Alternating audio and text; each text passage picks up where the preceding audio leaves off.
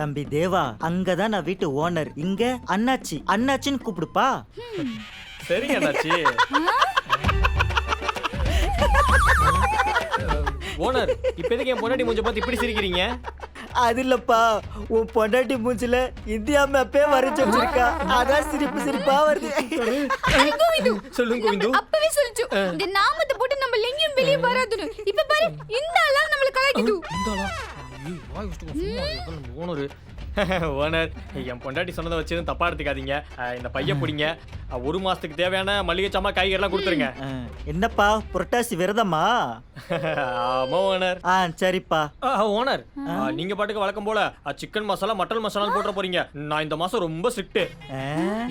Array Govindu, நிம்பல் masala கூட மாட வெச்சு பாக்கும். அது வந்து கோவிந்து. ஓனர், அண்ணாச்சி மாதிரி பிஹேவ் பண்ணிட்டு உள்ள போய் பொருள் எடுத்துட்டு வாங்க போங்க.